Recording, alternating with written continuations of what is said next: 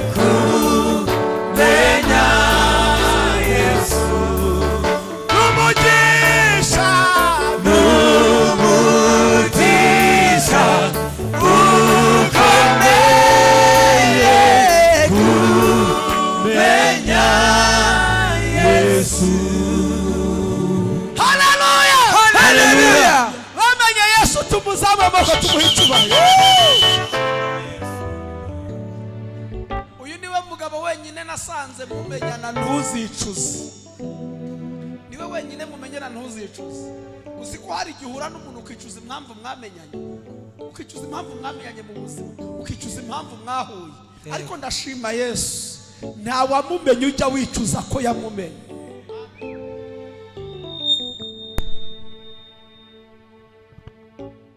Uhoraho ni wowe Mana,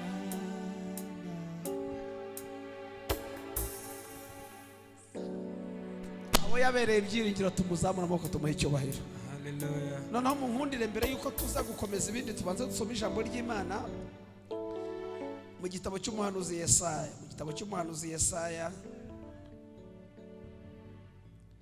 Yesaya ibice 45.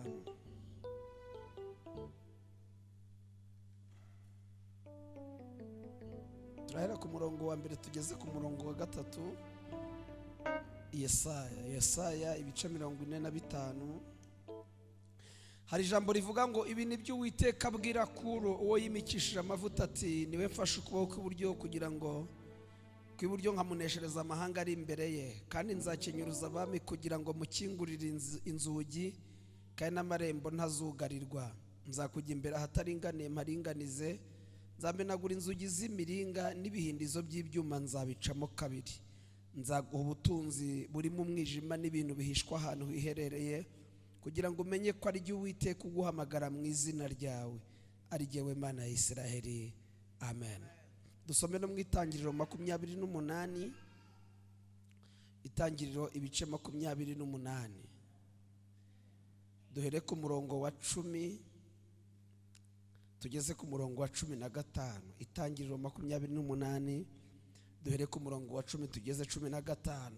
Haravuga ngo Yakobo ava i Berisheba agenda yerekeye Harani, agera ahantu araharara buracya, kuko izuba ryari rirenze. Yenda ibuye mu mabuye yaho araryisegura, araryama arasinzira.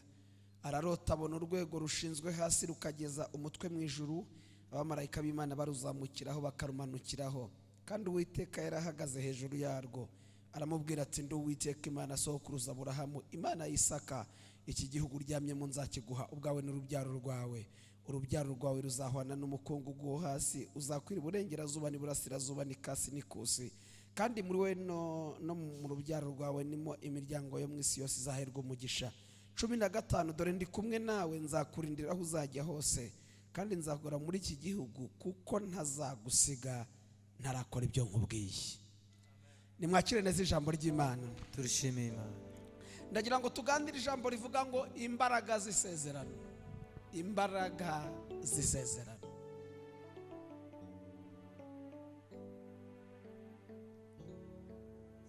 Muri iyi si turabizi neza ko hariho ibintu bigira imbaraga. Amafaranga agira imbaraga cyane, ubwenge bugira imbaraga, kugira imiryango ikomeye ni imbaraga. Ariko reka mbabwire ko izo mbaraga zose ari aho bigira zikananirwa. Ariko ndashaka kuvuga imbaraga z'isezerano. Pastor avuze ahantu twararaga hano nyine Kicukiro, mu cyumba cyabagamo shitingi n'umukeka. Imana yajyaga itubwira ibyo bintu icyo gihe, twabihuza n'ubuzima duhagazemo tukabona ntibizakunda. Kandi kimwe mu biranga ko Imana ivuga ibitandukanye n'igihe uhagazemo. Kimwe mu bizaranga ko Imana ivuganye nawe, izavuga ibintu ubwenge butazashyikira. Imana isanga bagusohoye mu nzu ya shamburete wabuze uburyo bwo kuyikwishyura, ikakubwira ngo ndi Uwiteka nzagutuza muri etaje. None fata kubura ya shamburete ubihuze no gutura muri etaje. Ibyo bintu wabihuza bigahura. Abana bakaba babirukanye muri 9 kubera ko wabuza yo kwishyura, ati ndi Uwiteka, bazayarangiriza muri Amerika. Kimwe kiranga ko Imana ivuga ibitandukanye n'igihe uhagaze. Kandi yijya kuvuga ntabwo ihera ku byo dufite, ivuga ihereye ku bushobozi bwayo yifitemo, kuko ni Imana ivuga iherezo kandi ihagaze mu itangiriro. Harabaherutse kuri bangwireba mu nda y'ingumbi kabonamo ishanga rigize gute. Ni Imana ireba yo inda y'ingumba yikabonamo ishanga rikomeye kandi ari inda y'ingumba.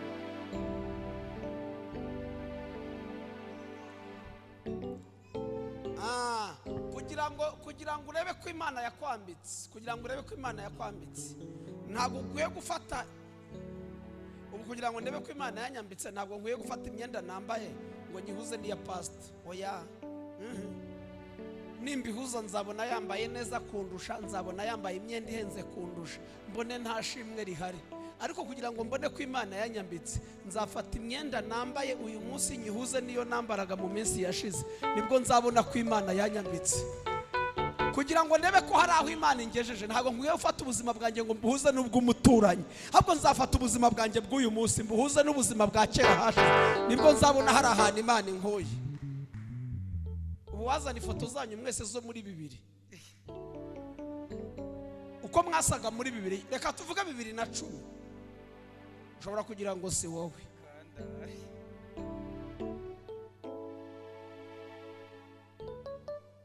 Museveni kamubwira ubu ngubu ntago ndayivuga ku rwego yavuzeho, ariko reka nyishimira aho ugejeje ikora. Ariko ubu sinavuga Imana itanga imodoka.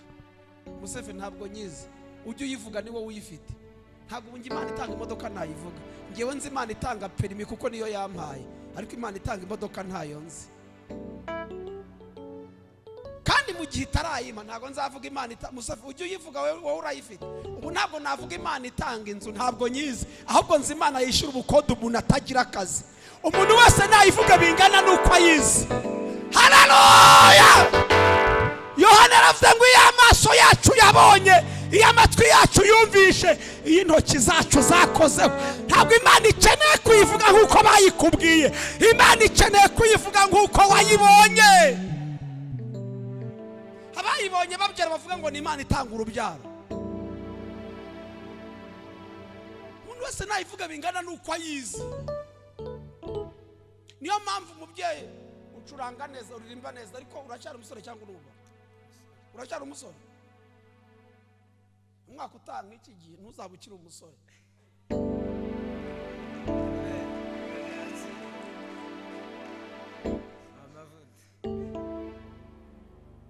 Kandi ubu wabona ngo afite ikibazo ngo umugore yamutungisha iki wese kurya. Mu bintu abasore mu bintu mutazagiraho ikibazo ni icyatunga umugore. Ariko se ugiye kuzana ikirema, ugiye kuzana ikimuga, ntabwo ugiye kuzana umuntu uzatunga yicaye we, ahubwo ugiye kuzana umugisha. Niba hari umugisha wa mbere ubaho, umugore ni umugisha ukomeye, aguhesha agaciro, atuma batakubahaga bakubaha. Ntago mubizi, ariko icyo nari ngendeye ni kimwe. Ubu nubwo waririmba, nubwo waza ukatubwira Imana, reka nkubwire ntiwavuga Imana ikora ubukwe. Mwese hari yaze ntayazi, yumva bayivuga ariko ntayazi. Ariko nge nayikubwira kuva mu gitondo nkageza nimugoroba, kuko ngewe hari ubukwe yishe kuwa mbere mfite urukiko kuwa kane, imbuza umukobwa kuwa mbere saa 8, mfite urukiko kuwa kane saa 8, baranyerekanye mu rusengero tumanitse ku murenge wa Muhima, iramumbuza. Ubwo n'ubundi buhamya yankoreye ubukwe mfite 1000 kuri populaire, mba muri chambre tutabamo igitanda, nari nzi ko bazamunkopa nkajya mbaha make make twarabanye. Ariko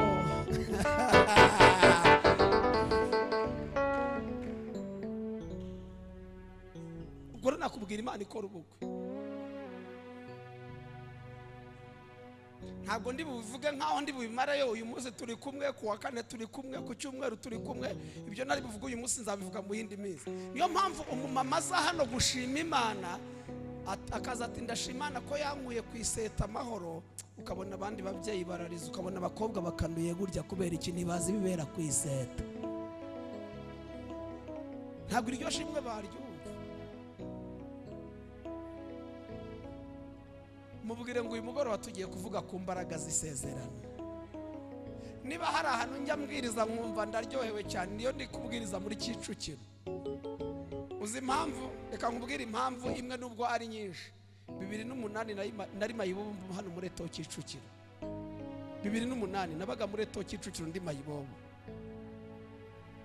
Ahangaha muri Eto Kicukiro, kubera amateka yenda nzababwira mu ncamake muri iyi minsi turi kumwe. Uwitwa Majegi atuye muri Sahara ahangaha. Najyaga muvomera amajerekani 12 ku munsi kugira ngo mbone umuceri wasigaye ku masahani, mpawe n'umukozi wahakoraga witwaga Kayitezi. Ariko najya gusenga ikampa isezerano, niba ufite isezerano ry'Imana wihangane, reka gushidikanya bizasohora. Imana ntabwo igibesha kandi ntihinduka, ibyo yavuze byose bizasohora. Duha Imana icyubahiro. Haleluya! Abantu barabesha ariko ntabwo Imana igibesha. Iyo ivuze ijambo iraririnda ikanarisohoza. Iyi nkuru dusomye niyo witwa Kuro. Ngiye kuvugaho mu ncamake. Kuri uyu nguyu Imana yamuvuze mbere yuko abaho. Kuro yavutse Yesaya amaze imyaka 113 amuhanuye. Ndashimira Imana mbere yuko ikora irabanza ikavuga, yazamara kuvuga ikagaruka gusohoza icyo yavuze.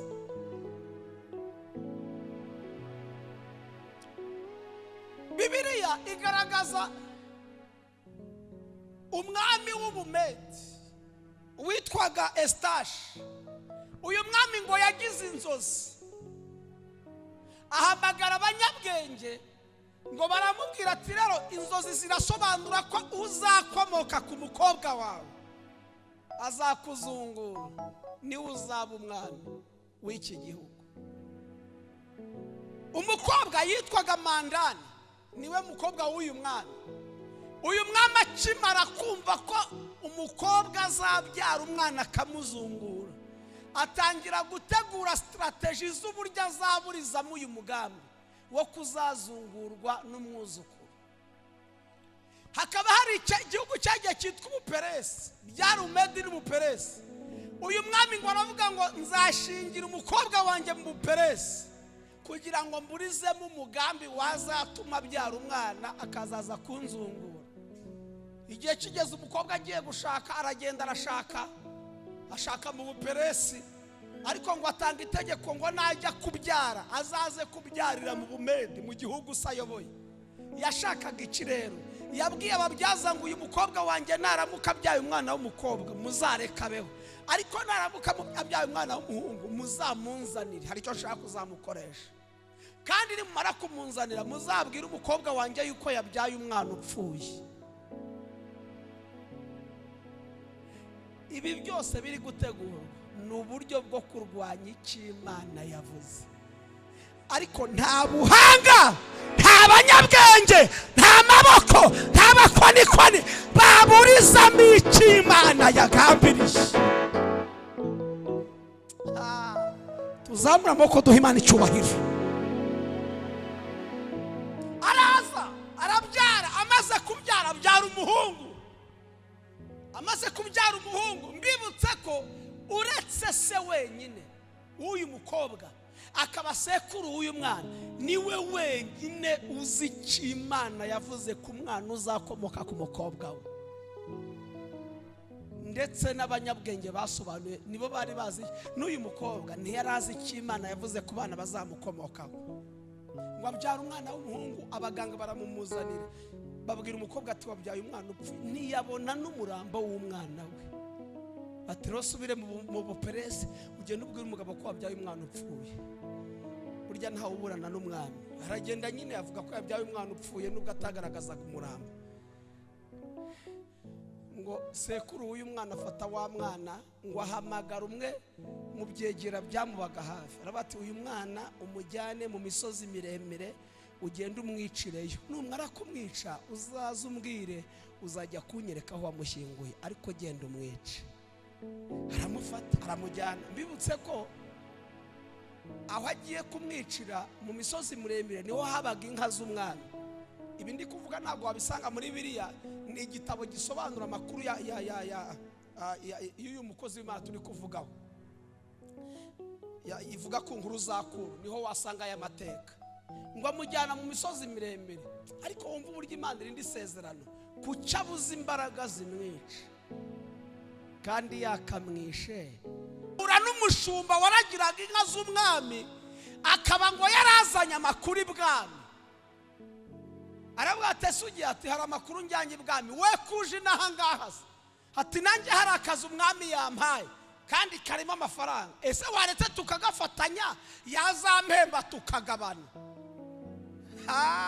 ariko ndashimira Imana igira uko ibigenza ikarinda icyo yavuze turi kuvuga ku mbaraga z'isezerano ati nta kibazo niba harimo amafaranga naba ndetse kujyana amakuru n'ubundi ntawe yantumye nkazaba nyajyana ariko nkaba nkoreye n'amafaranga undi ati rero umwami yampaye umwuzukuru we ngo nze kumwica none dufatanye undi ati ntacyo bitwaye none uwamuguha ukagenda ukamunyicira nkagenda nkabwira umwami yuko umwana twamaze kumushyingura nawe uzanyereka aho wamushyinguye mpabwira umwami nk'uko yabinsabye wumva uburyo umwana avuye mu maboko y'abaganga ntibamwice akagera mu maboko y'umwami ntamwice akajya mu maboko y'umushumba umwe ntamwice akabageze mu maboko y'undi mushumba uyu mushumba ngo akaba yaraherutse kuva iwe asiga umugore atwite asubiye mu rugo asanga umugore yabyaye ariko abyara umwana upfuye hari uwo afite agiye kwica none ageze mu rugo asanga uwe wavutse yapfuye kandi afite umuzima biravuze ngo izatanga ingabo nyinshi zifi uyu mwana nta kindi cyamwishe yishwe no kugira ngo kuri Imana yavuze abeho mbibutse ko Yakobo yari afunganywe na Petero ako Yakobo nta sezerano ariko Petero yari arifite yari yarabwiwe n'umwami Imana ngo naha amarembo y'ikuzimu yazikuka nta kintu azatwarira iryo torero Yakobo nta sezerano ariko Petero afite isezerano niyo mpamvu Yakobo yapfuye Petero ntapfe nuko hari icyo Imana yari yaravuze kuri Petero kimwe mu biturinda turindwa n'isezerano ndabizi ko hano harimo abantu bafite imodoka harimo n'abafite yenda n'ibindi bikorwa umuntu wese ufite imodoka ajya kuyishakira asiranse si amasezerano ugirana n'ikigo runaka ukagira ibyo utanga nacyo kikemera kuzishyura ibyawe mu gihe byangiritse yego asiranse mu buzima busanzwe si iyo kwivurizaho umuntu yarwaye asiranse ibuza umuntu kurwara ahubwo ivura wagize gute asiranse ibuza imodoka gukora impanuka ahubwo yishyura imodoka yagize gute ariko reka mabwira asiranse y'Imana aryo sezerano iturinda kurwara ntabwo yishyura ibyangiritse ahubwo asiranse y'Imana irinda ibintu byacu kwangirika yabwiye kuro ngo nzakujya imbere ahataringaniye ngire gute maringanize uko birivuga ngo aganira n'umugore ati none ko twabyaye umwana upfuye ukabuzanye uyu mwana ko impinja zose zivuka zisa ubu nureba nubwo ndi igikara navutse ndi inzobe nawe rega wavutse uri inzobe nubwo wirabura erega wavukanye umusatsi w'amarende ariko uko umuntu agenda akura agenda buko nguko wabaye nyine umugore ati rero umwana wacu yapfuye ntitwamugarura kandi uyu nawe urabona ko nagahinja bavukiye mu gihe kimwe reka dushingure uwacu uyu nguyu tumurere n'aba bamureze ntibazi icyo Imana yamuvuzeho bo bazi ko babikoze kubera ko nta kundi ariko ntibazi ko ari isezerano ry'Imana munyumve rero reka nkubwire umuntu azakugirira neza atazi impamvu akugiriye neza ariko ari Imana iri gusohoza hari ibyo umuntu azagukorera agira ngo ni impuhwe yakugiriye kumba ari icyo Imana yari yaravuze iri gusohoza Imana iguhuza n'umuntu Imana inyuramo igasohoza icyo yakubwiye mbibutse ko hari abo Imana ivugisha ariko hari n'abantu Imana inyuramo isohoza icyo yavuze bane Imana iguhuza n'umuntu isohoza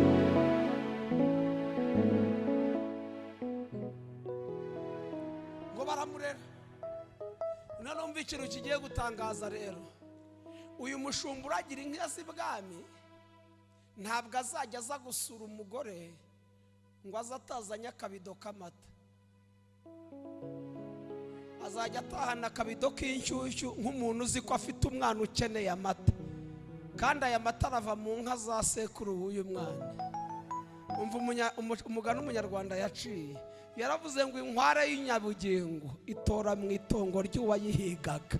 Uyu mwana agiye kurerwa n'amata y'inka za sekuru utarashatse kwabaho, kubera isezerano, kubera umugambi w'Imana.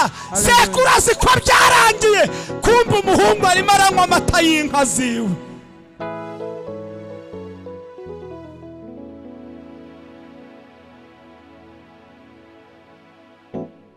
Hano harimo abantu Imana yavuzeho barimo ze. Ituriza umutima rero ngo igihe kiragera cyo kumwita izina. Usomye akano gatabo kavuga izi nkuru, ntago bigeze bamwita Simoni, kandi Yesaya abihanura ntibari bahari. Bagiye kumwita bamwita Kuri, kandi ni nabwo buhanuzi Yesaya yagize gute.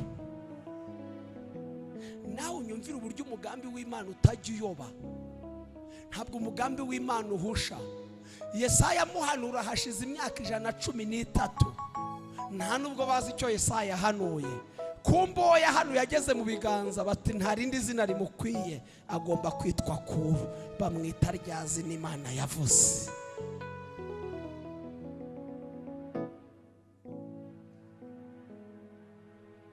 Haleluya, haleluya. Tuzamura amaboko, haleluya. Imana reka babwire, niba hari ikintu ntakigirira ubwoba, ni ibintu Imana ivuga.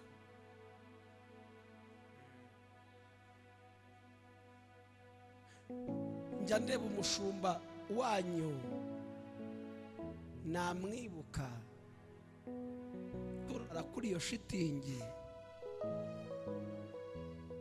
njya matambuka n'ubu nkahareba kwa Joni.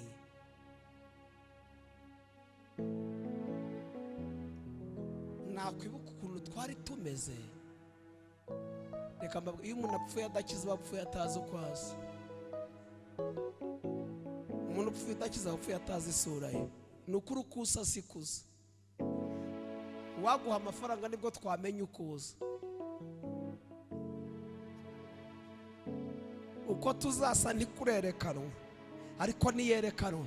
None Museve, niba usa gutyo ugikodesha, cyangwa ndibeshye ningi busigayemo none nandi kubugutwerera. Mwerega mutubonye uyu munsi imyotso hano yarashizeho. Numbaza icyo bari bara, ariko bene unyibukije isi. Umuntu avuvuka none usigaye ugenda wicaye. Ariko Mana icyo ngukundira nuko utameze nk'abantu, washize ibanga ryanjye nawe kure y'amaso y'abantu. Haleluya, haleluya.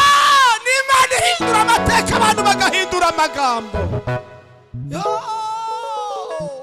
Hari ibihe umuntu abamo ntabwo uwo kwifuzwa, wamureba ukabona ntabwo ari uwo kwifuzwa. Ariko iyo abantu badufataho ijambo, bahera ku mateka y'ahashize, bahera ku mateka y'ibyo bazi, bahera ku mateka y'ubuzima bazi twanyuzemo. Ariko hari icyo Imana yabimye password y'ubuhamya bw'ejo hazaza. Ejo hazaza hawe hazwi n'Imana. N'uwagushatse ntabwo ahazi, n'uwakubyaye ntabwo ahazi. Ejo hazaza hawe hari mu biganza by'Imana. Twateye haleluya. Iyo Yesayi aza kumenya ko Dawidi azaba umwami, yari kumutumira mu kwimika, yari gutumira gutambira Uwiteka igitambo. Ariko aramureba akabona nyine azapfira mu ishyamba, ntabwo amateka azahinduka. Ariko Imana yamureba ikabona Dawidi uri mu ishyamba ejo azaba ari umwami. Uko abantu bakubona siko Imana ikubona.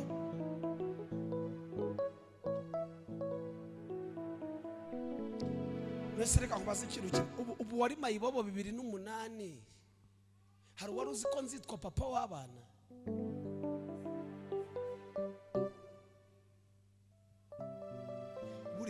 ngeze hano Kicukiro nibuka ko najyaga ninjiramo hari ya saa 7 ngiye kuryama mu mwishyamba mo hari.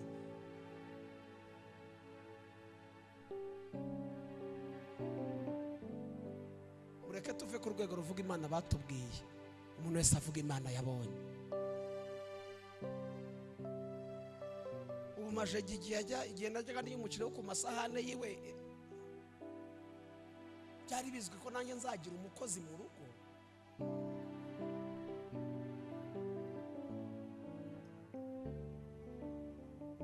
Nanjye sinabitekerezaga,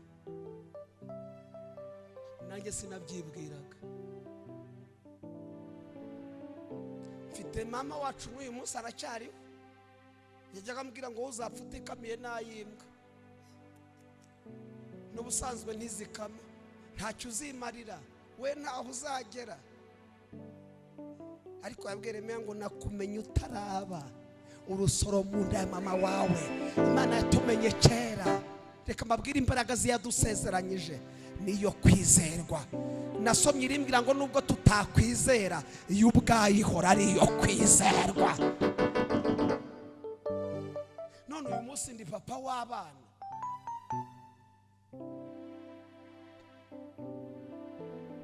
Niba hari ikintu kinezeza niyo mbajyanye ku ishuri. Mfite abahungu 2 n'umukobwa umwe. Iyo mbajyanye ku ishuri, we wakumva ari ibisanzwe kubera nyine yuko, ariko ngi kuri nge ntabwo bisanzwe. Ntabwo nzanitse ko nza papa w'abana, ariko mu isezerano byari birimo. Nagiye kubana na madamu bavuga ngo ntabwo tuzamarana kabiri, ngo inzara izamwica ngo ahita asubira iwabo, ngo kubera ko ashatswe n'umutumishi ngo ugenda na Bibiliya gusa. Kandi abamubwiraga gutyo nabo nta kindi bagira, ni Bibiliya bagendana.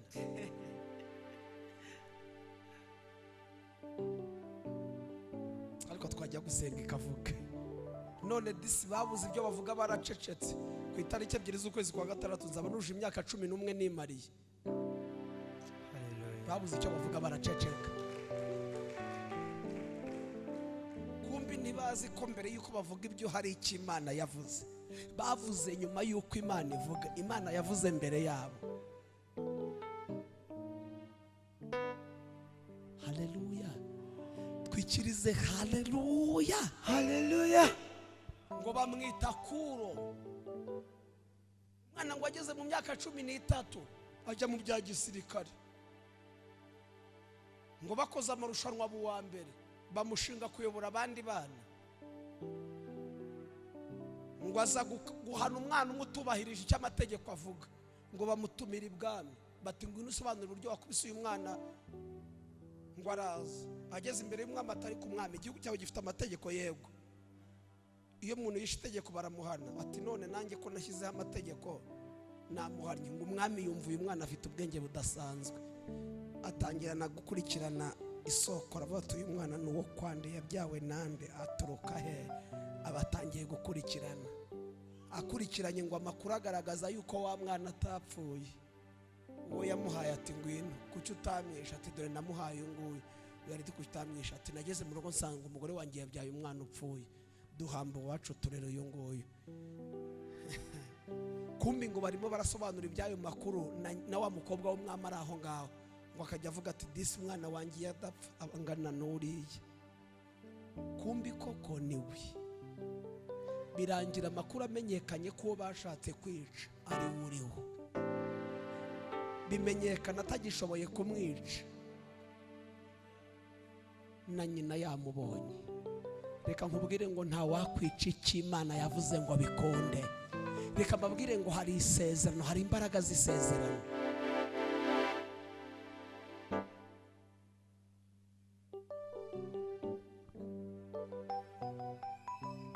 Niryo ritugize abo turi bo. Yego. Niryo riduhagaritse aha ngaha. Nayo mahanga uri kuvuga nayo twagenze ni isezerano.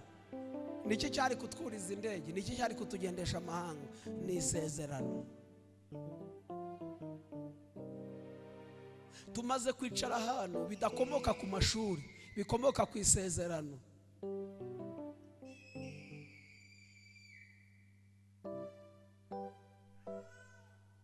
haleluya, Haleluya. twikirize haleluya. Haleluya.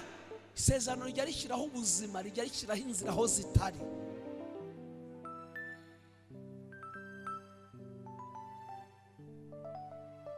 Kandi mu bintu Imana yitaho, yibuka. Uzi ko hari ibintu amafaranga atashobora ariko isezerano rikabikora. Uzi ko hari ahantu utakwicazwa n'imiryango ariko isezerano rikahakwicaza. Uzi ko hari amafaranga ahantu atakwicaza ariko isezerano rikahakwicaza. Musevuze ko tumaze kwicarana n'abantu bidatewe n'amafaranga, bidatewe n'amashuri, bitewe n'isezerano. Uri ku isezerano riguhuza n'abakomeye, uzi ko riguhuza n'abanyacyubahiro, kandi ugasanga baciye bugufi, kandi bacire bugufi umuntu utararangije na segonderi, ariko kubera isezerano rigatuma baca bugufi bakakubaha kubera icyo Imana yavuze.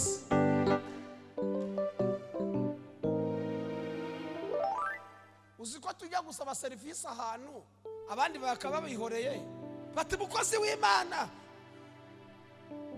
bakabanza bakaguha serivisi kubera isezerano.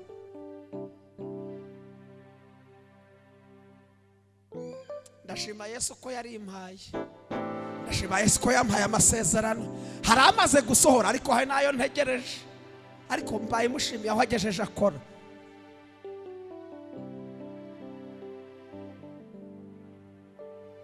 Uzi ko inzara ikurya ukagira ngo ntuzahaga, bani inzara itararya Imana izayibarinde, rakatsindwa. Gusa aho kugira ngo mburare nabwirirwa ya nijoro iba ari special. Burya nibura nakumanywa uratarasa ariko nijoro ntaho ujye, rikubana rirerire. Ya nijoro ko yandera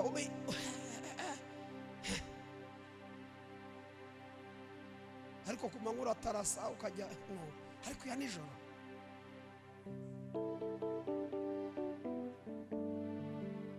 Ngewe nzi Kigali, yenda kugira ngo iminota ndacyayifite. Ngewe nzi Kigali nari mfite ibikomere bibiri. Icya mbere cyari icy'ubupfubyi, nabaye imfubyi ifite imyaka 7 kubera amateka ibyabaye mu gihugu cyacu. Iwacu ni mu Bisesero i Karongi ku Kibuye, n'Imana yandokoreye. Nari mfite ibikomere bibiri, icy'ubupfubyi cyari ku mwanya wa mbere, ikindi najyaga nibaza niba nzarya umuceri nkawuhaga, kuko iwacu twawuryaga rimwe mu mwaka kuri Noheri cyangwa ku Bunani, nabwo ntituhage kubera ubwinshi bw'abana bahari kandi umuceri mukeya. None ronzi Kigali mbwira Imana, ni Imana uzamfashe nzajye mu rugo barya umuceri kuva ku wa mbere kugeza ku wundi wa mbere. Imana irebye isanga urwo rugo ntirubaho, ariko ibona hari ahantu bawuteka kuva ku wa mbere kugeza ku wundi wa mbere. Ihita akaze muri resitora, hari bawuteka kuva rende kugeza rende, hari ntibawuse bakereka iyo batakoze.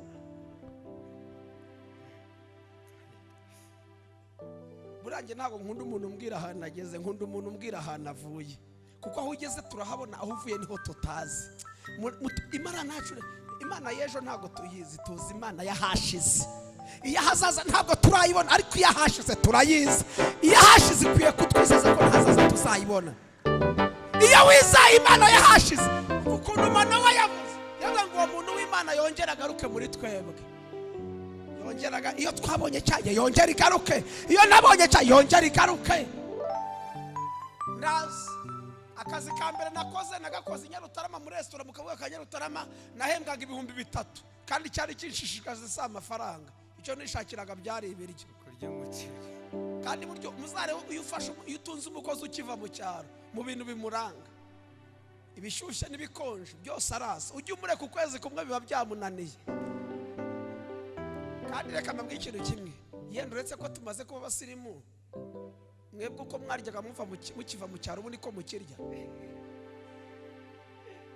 Sinzi ukuntu bigenda bikagenda bitunanira, ariko umuntu akiva mu cyaro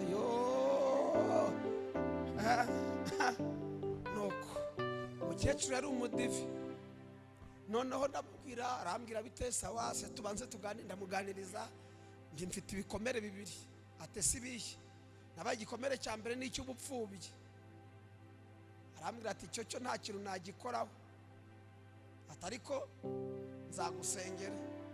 Ni cya kabiri ndamubwira ni iyo undebye wowe undebye nk'umubyeyi ubona nzahaga umuceri. Nicyo gikomere cya kabiri mfite. Arambwira ati icyo ngicyo nzakivura, icyo ntigikeneye amasengesho, icyo nzakivura. Ntuzakivura gute rero? Ati ngiye gutanga itegeko bajye bateka umuceri imbere y'ibindi ushya abakiriya bataraza. Kabiri, ntihakajye hagira umuntu ukwarurira atazaguha mukeya, ujye wiyarurira. Ndavuga ni kabisa ndumva ukivuye nubwo ntaragiye. Bene da, ndavuga nanjye kubera ko unyemereye icyo ngicyo, reka nanjye ngusezeranye nta sosi yawe nzahombye, kuko igikomere mfite si icy'isosi, ni icy'umuceri wonyine. Nawuriraga aho ngaho, nariye umuceri mu bintu byangiza aha ngaha. Umuceri ndawuzira mu bintu, umuceri ndawuzira ko nawuriye igihe kirekire nkuryana muri ubu wangiza aha ngaha. Ntabwo nazi wawe utetse ngo nkwarure, oya. None uyu munsi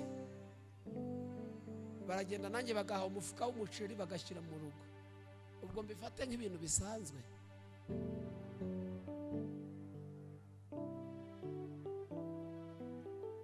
Yabwiye Yeremiya ngo nakumenye utaraba.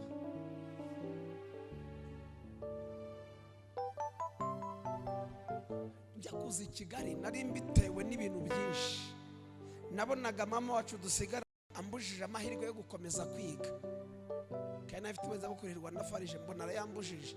Kandi mu bintu nangaga guhinga narabyangaga, aribyo byatumye mutoroka nzi Kigali. Noneho hakaba hari umutipe twiganye primaire yabaga inaha i Kigali, ariko ntaza ahantu aba. Iyo yazaga kudusura yatubwiraga ko aba i Kigali, nareba ukuntu asa neza nkabane ko nanjye uzanjyana i Kigali. Umunsi umwe mfata umwanzuro, ndavana ngiye gutoroka uyu mama wacu njye i Kigali, ngiye kumutoroka njye i Kigali. Ndabitegura, shaka uburyo mbona itiki, nayo ntarakizwa icyo gihe ndayibona. Maze kuyibona,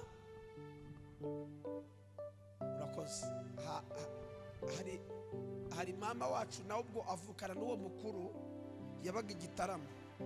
Bari barambwiye ngo abahantu mu cya kabiri, nuko ndagenda ndatega ngeze igitarama ndabaza, bari baratubwiye ko hitwa. Ndagenda ngezeyo nsanga bagiye Kibungo gushyingura. Aho bazenda babeshyana naje kubasura, hati hoke ndabasura hashize iminsi, ati reka tuguherekeze utahe. Ngira umugisha ntibangiza muri gare y'igitarama. Abazi mu cya kabiri ntega igare bagira ngo ntashye ku Kibuye, kumbi ngeze muri gare y'igitarama Gasore mbafashe imodoka izi Kigali. Nkubwiza ukuri, uretse kumva i Kigali nkumva Nyabugogo ntabyo narinzi. None umva ibitekerezo nari mfite ibitekerezo bimbwira ngo nugera ahitwa Nyabugogo umuntu wese muhura uhita umubaza kwa Fideli.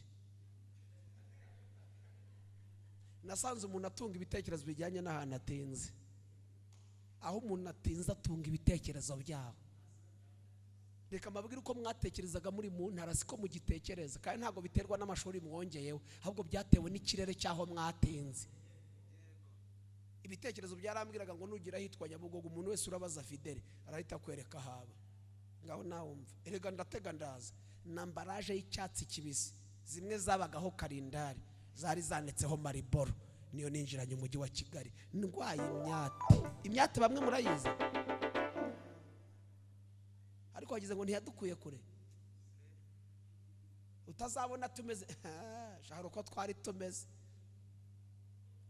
Ndatega ndaza ngeze Nyabugogo, ndebye uko abantu bangana, ndebye uko imodoka zingana. Ibitekerezo byo kubaza Fideli sinzi aho byagiye, bihita byisiba mu mutwe. Ijwi rikambwira ngo burabaza nde Fideli muri bano bantu, mbona ntawe ndibuze kubaza Fideli koko. Ahubwo ntangira gutekereza ko ntari busubire ku Kibuye, ko nta tiki mfite, ko naje mbatorotse ndarara hehe. Bari bagihamagara izijya Kacyiru, izijya Kimironko, izijya Remera. Numva umutima umbwiye kujya Remera, kuko si umwuka ko nari ntarakizwa. Mba ntezijya Remera. Abazi Remera aho gare yahoze, mvuye mu modoka ntangira kuzerera nibaza aho ndibuze kurara, ariko iyatumenye kera. Bigeze saa 11:15 cyangwa na 40, urabona uyu muhanda ukatujya Kabeza hara muri Feruje. ndi kugenda nibaza aho ndi buze kurara, ngiye kubona mbona mpuye na Fideli. Ntamuhamagaye atazi ko ndi Kigali, mbona mpuye na Fideli. Ahita ambaza ngo kuri hano, ni wowe narinje kureba. Araseka, asetse, ntise we kuri hano? Arambwira ati ngiye hari umutwe dufitanye gahunda kuva saa 9, namushatse namubuze, ubu nari nitahiye. Kumbi Imana yarebye isanga Fideli ntari Kimironko, isanga ntari Kacyiru, isanga ntari Kicukiro, ibona ari i Remera. Imana ituma ngira Remera. Imana iguhuze naho umugisha wawe urye. Imana ikunyuze mu nzira wanyura mugahura n'igitangaza cyawe. Imana yatumenye kera, uyu munsi iyo mbyibutse ndabana Uwiteka we wamenye kera narakumenya. Ati tugende rero. Babaga ku Gasaraba i Kanombe, tuba tugiye i Kanombe. Tugezeyo nsanga ubuzima nibwiraga sibwo babayemo. Nari nzi ko babayeho neza bikomeye, nsanga baba mu nzu y'ibyondo. Bati naha dutungwa no gukora, ntimukora iki? Ati duhingira abantu. Ibimwe mpunze ku Kiwembe isanga i Kigali.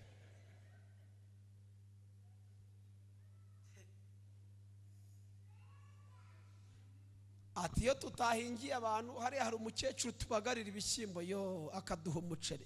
Baba we, natekereza ko mpunze kubagara ibishyimbo. Ariko Imana yatunyije ahantu hakomeye. Hari igihe ubona umuntu aciciye imodoka ukifuza kuyigendamo, ariko wakubwira kubanza kunyura aho yanyuze kugira ngo ayicaremo, wabyemera? Erega sibwo dutangiye, ariko numva birangoye.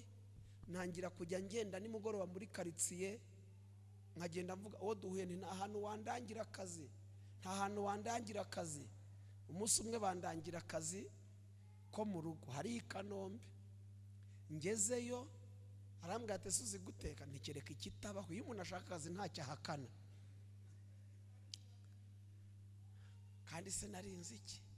Reka bazambwira ati rero uze guteka ifiriti y'igitoki, ngo mutangiye kwimagine uko nayitetse. Nuko urumva ibyo guhata nimubimenye uyu munsi. Mbere mwaratonoraga, mwatonozaga urwara, ubu ngubu ni uguhata ntawe ugitonora. Nuko mba ndagitonoye, ubwo ngo ngiye gukora ifiriti y'igitoki. Mba ngishyize ku ziko mu mazi, ndagitogosa. Maze kugitogosa mbona cyahiye, amazi amaze gushiramo hasigaye dukeyamo, mbanzanye akamamiyo. Kandi ubwo namwe munseka, namwe hari byababayeho nubwo mutajya mubivuga. Maze si ukukigucucumira, sindi gukora umunyigi, ndagicucuma neza, ndagihwanya, ndangije ndacyarura. Ubwo ngo ndimo ndakora ifiriti y'igitoki, ngishyira mu isorori, ndapfundikira, nkora n'imboga bari bambwiye gukora nazo ko nazikoze n'ibindi bitangaza. Reka saa 6 bazaze kurya rero, ngo baje kurya ifiriti y'igitoki. Yicara ku meza apfunduye ati ati kado ni karama, nuko iwanyu muteka ifiriti? Niko nari mbizi, cyabikoza mbere umubyeyi mwiza ntiyanyuka inabi. Arambwira ngo maze icyo utazi ujye umbwira nkwereke uko babikora. Yisubirira ku kazi. Nubwo uyu munsi ntazi niba kiriho cyangwa niba atariho, nyambwira Imana ngo Imana imuhe umugisha. Ndagusabye uwo muntu ntumufate ukundi kubera ibyo adashoboye, kuko ejo he ntawe uhazi. Ubwo buzima bwose ndi kunyuramo hari isezerano ry'Imana riri ku buzima bwanjye. Ibyo uri kunyuramo si ikimenyetso cy'uko umugambi w'Imana utazasohora ku buzima bwawe, izawusohoza. Nyura muri ibyo byose, nageze ku rwego njya no kuragira nk'ikabuga muri Rugende.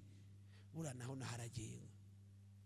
Nakoze mu ngo zitabarika, nkoraka bamwe bakanyirukana, abandi bakanuka. Bura nture bagoboka ikibagabaga, nakozemo akazi k'ubuyede barananyambura, ariko Imana yeza abantu bambura. Ubuyede buravuna, twanyuze muri byinshi, ariko Imana ikajya ivuga ngo izatugirira neza.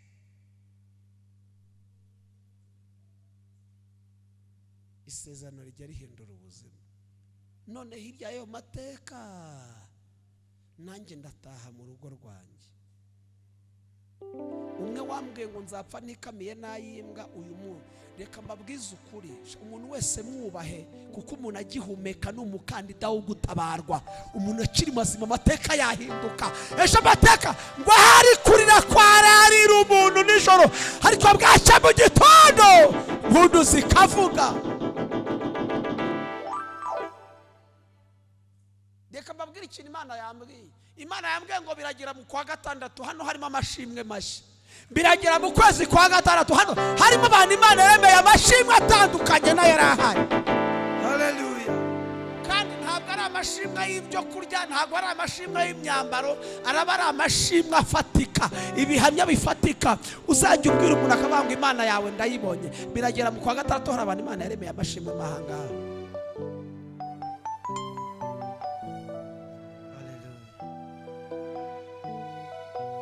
Kuri Imana itakura umuntu. Isezerano rijya ritanga ubuzima aho butari.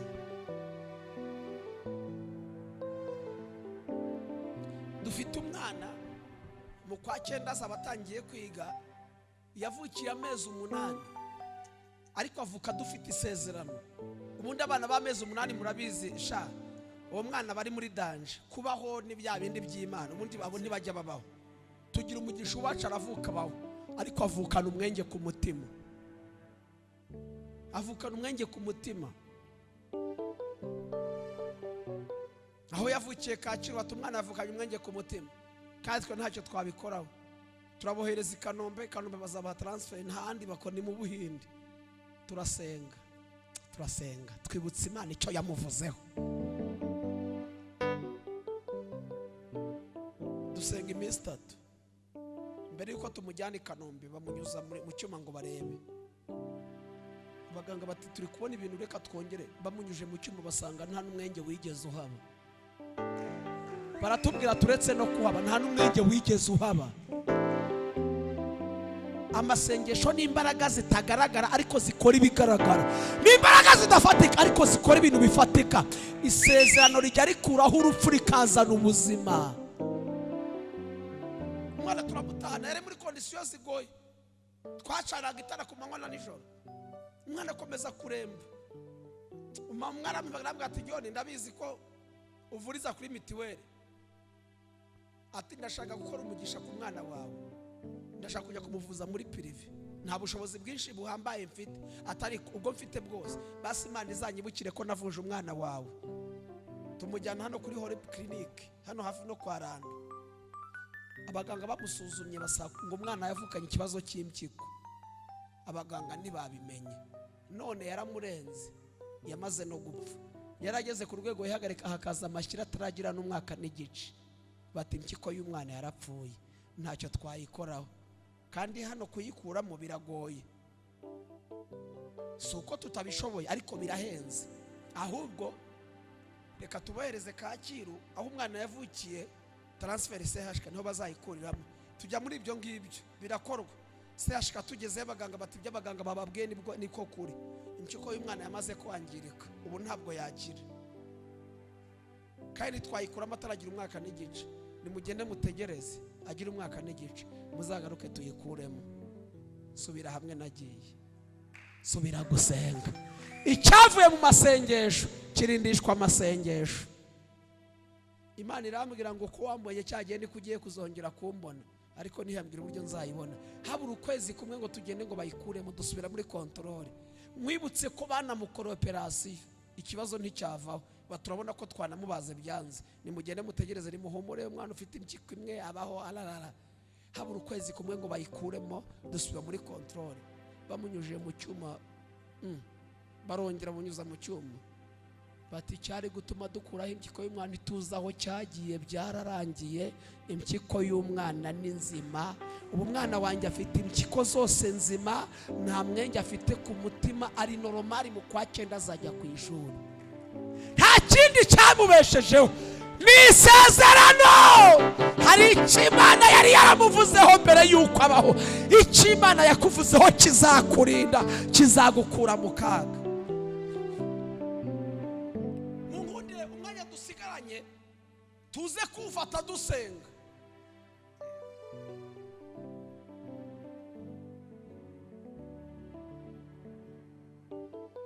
Haleluya. Twikirize haleluya. Haleluya.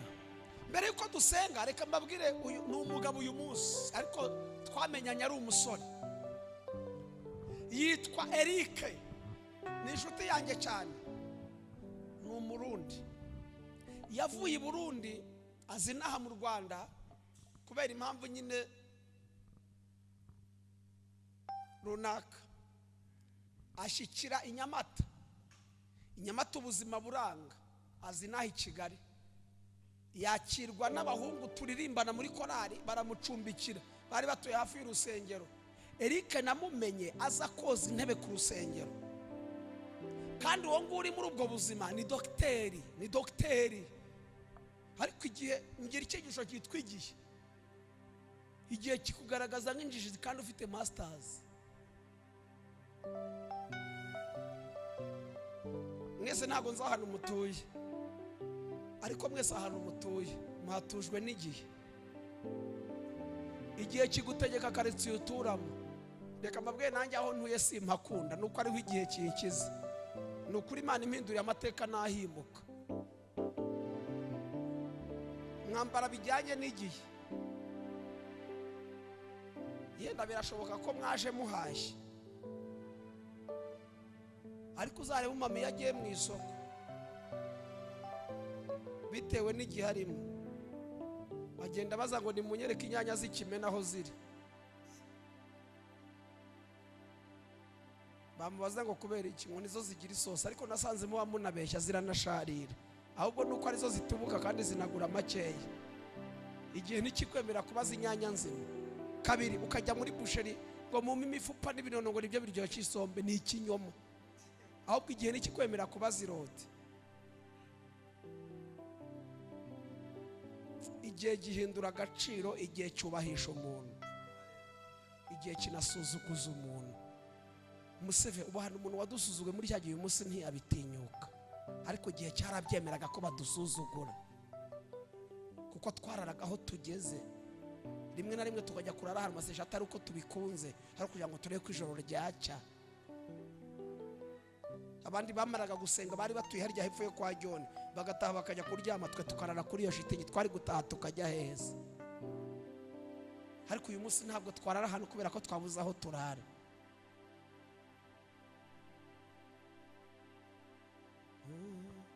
Izaturengera yarabitubwiye, iri muri twebwe ntishobora kubesha. Uretse gucuranga yarabitubwiye izaturengera.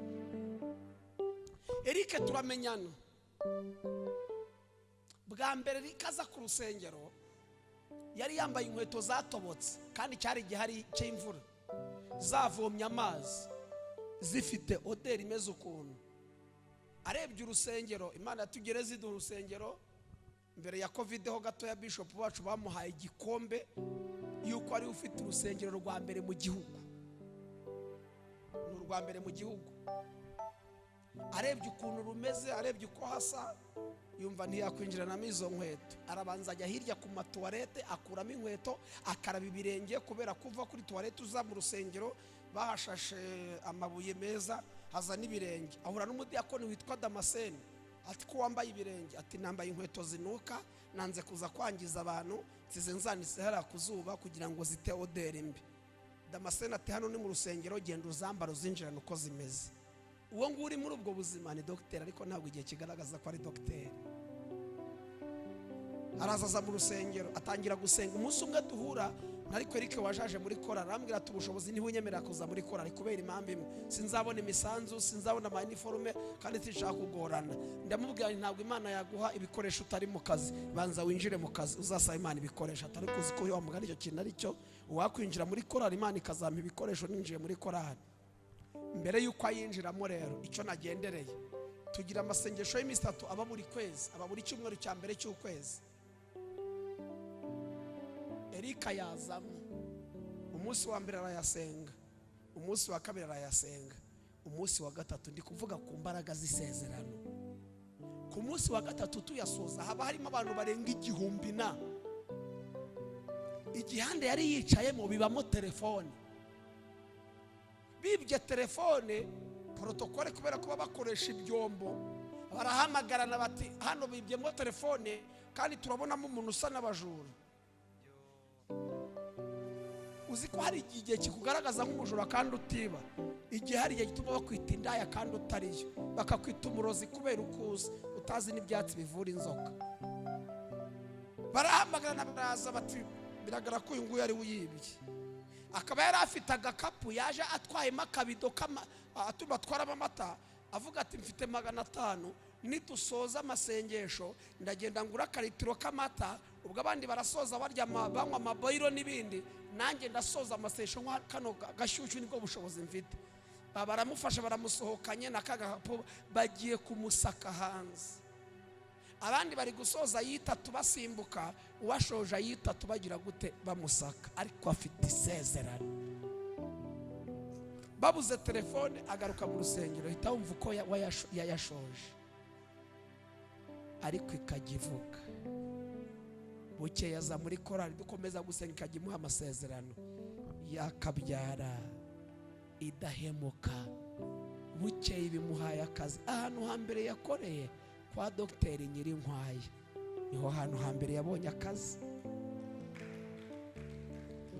Noneho rero reka umwe mu ba protokole bamusatse, reka azajye kubyara, ajye kubyarira kwa Nyirinkwaye, asange Eric warayizamu abari umubyaza.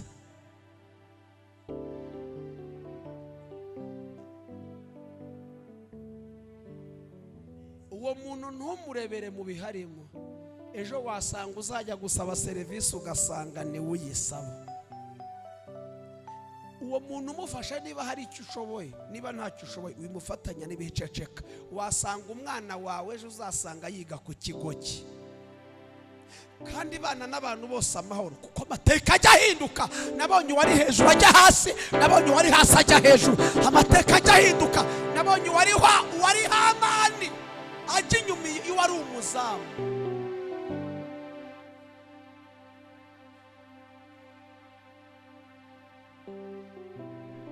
Umuntu agihumeka akiri muzima ni umukandida wo gutabarwa.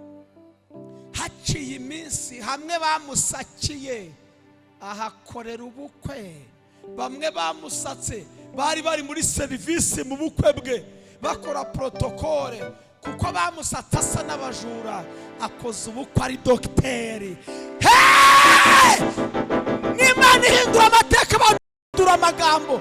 Nta kintu kiryoha gutabarirwa ahantu wasebeye, biraryoha gutabarirwa ahantu wasuzuguriwe. Haciye iminsi arabyara, haciye iminsi Imana irongera mu kandi kazi. Uyu munsi ari kuvura akorera hanze, yaje kudusezera yuriye indege. Ejo bundi yaje gushima Imana mbere yuko asubira i Burundi we n'umugore we, aza gushima Imana. 10% yayatanze, ahembwa mu madolari, ntabwo ahembwa mu manyarwanda. 10% yagitanze mu madolari, ishimwe ritanga mu madolari. Umunsi asezera yikoreye imifuka y'imiceri, amavuta azana ku ruhimba, ati Imana yangiriye neza ndi hano, nanjye uyu munsi hagira umuntu urya ko. Hamwe bamusakiye, hamwe yinjiranye inkweto zatobotse, kuko afite isezerano. Imana irahamutabariye. Bamwe mu bamusatse nta n'uragera kuri aeroport uretse kuyibona.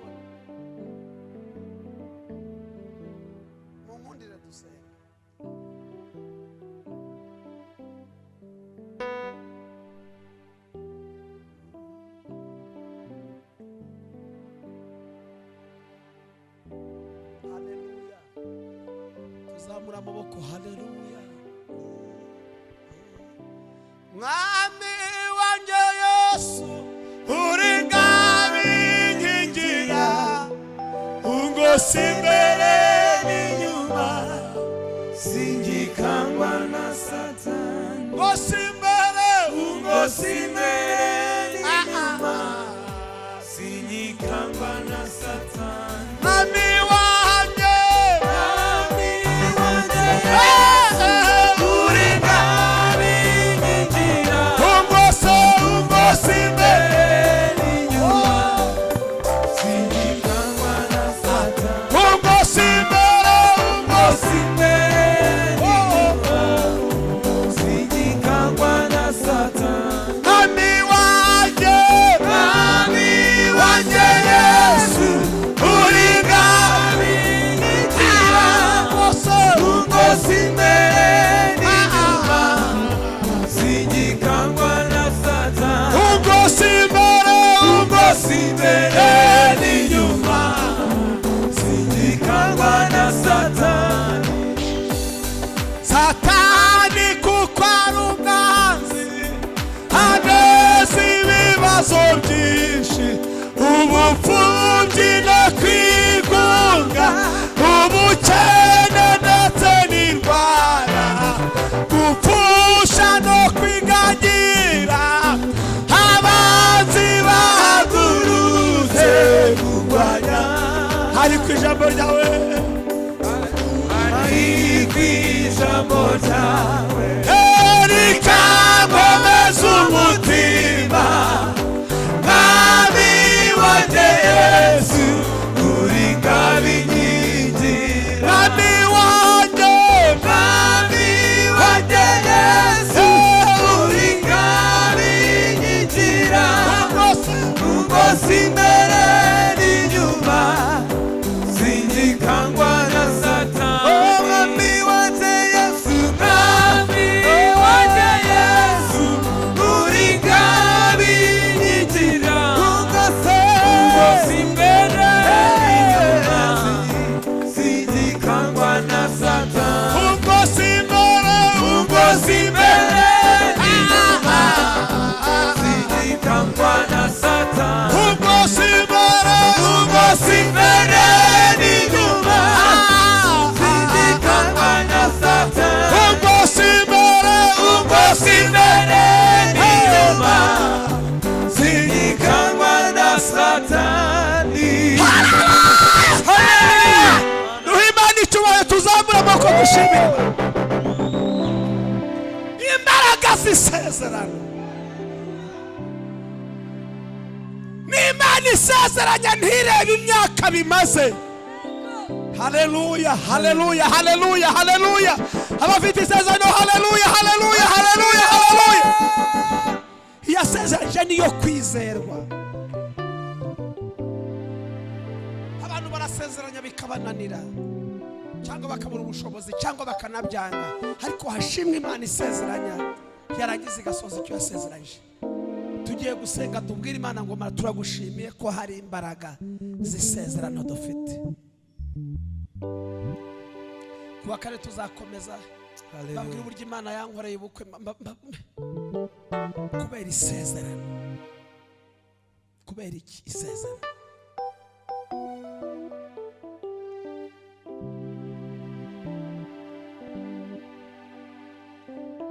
Mana nzagushimisha umutima wanjye nzavuga ibigwi by'amaboko yawe nzavuga ineza wangiriye Mana we bya bihe byari bikomeye warabihinduye Mana Mana nzagushimisha umutima wanjye nzavuga ibigwi by'amaboko yawe nzavuga ineza wangiriye Mana we bya bihe byari bikomeye warabihinduye Mana bya bihe warabihinduye Mana imbere yacu hari hacuze umwijima w'icuraburindi hirya no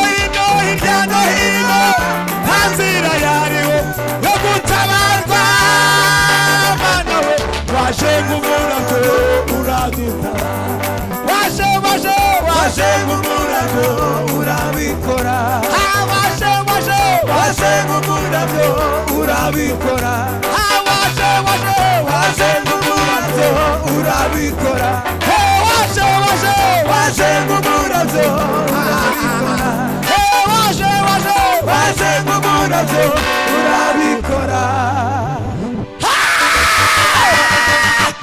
tuzamura amaboko duhe Imana icyubahiro.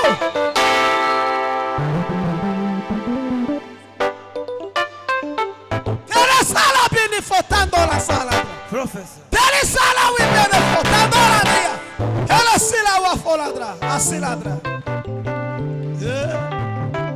yaratwimanye uwo Yesu inshuro ibihumbi n'ibihumbi sibanga kandi sibanga barabivuze ejo bundi yaratwiramiye yaratwimanye uwo Yesu inshuro ibihumbi n'ibihumbi sibanga kandi sibanga barabizi ejo bundi yaratwiramiye dushire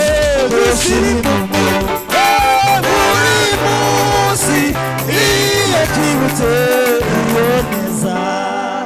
haleluya abanyuyimbanye dutera haleluya haleluya.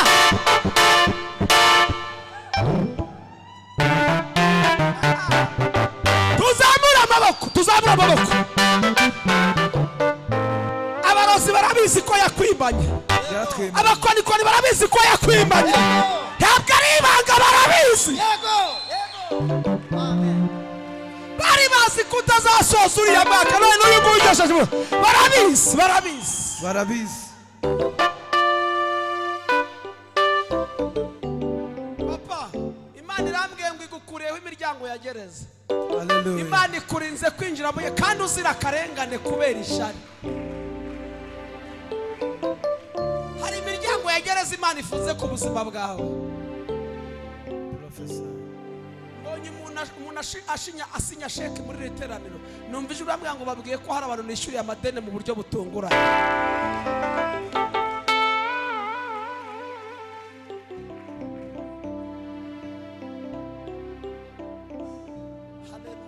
Hallelujah Bikirize haleluya. Hallelujah Shima Imana mutima wanje we. Shima Imana mutima we. Shima Imana mutima wanje we. Shima Imana mutima we. Shima Imana mutima wanje we. Shima Imana mutima we. iyo bikomeye iragutabara mutima we. iyo bikomeye iragutabara mutima beneza mana wa tuzahuye beneza mana wa tuzahuye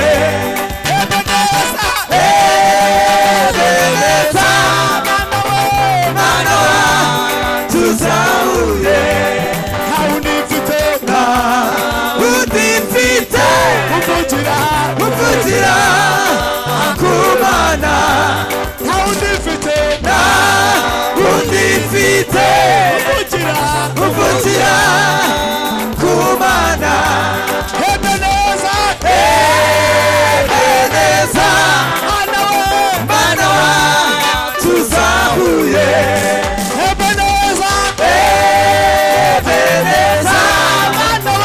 mana wa tuzahuye. Mumune dusenge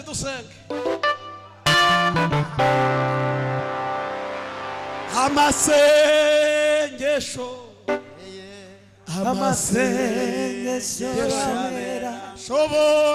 ashobora guhindura imigambi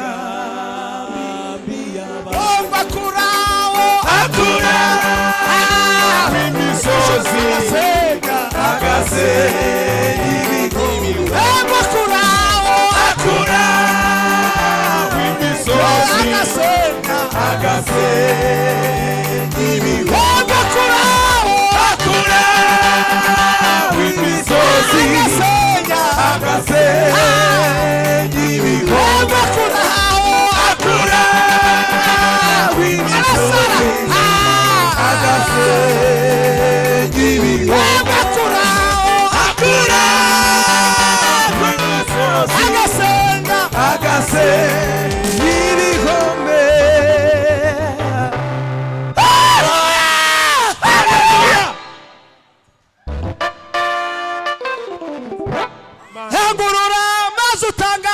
Bafite intimba Gira n'ababase bashaka kwiyagura Dufite Imana itabara abantu Iyo dusenze iratwumva Rangurura maze utangariza abafite intimba Gira n'ababase bashaka kwiyagura Dufite Imana itabara abantu Iyo dusenze iratwumva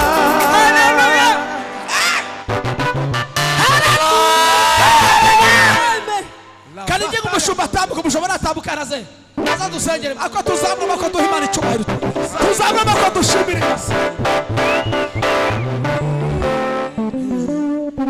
haritamurura mu gicuku nijoro haritamurura ushitse umutima mu nda utuze iki gitondo haritamurura reka dukomere Imana bacu twakira umushumba wacu adusengere ariko bwira mwene songo ntacyo kibaye kuko isezerano ry'Imana riracyahari bari bamusha mu izina rya Yesu.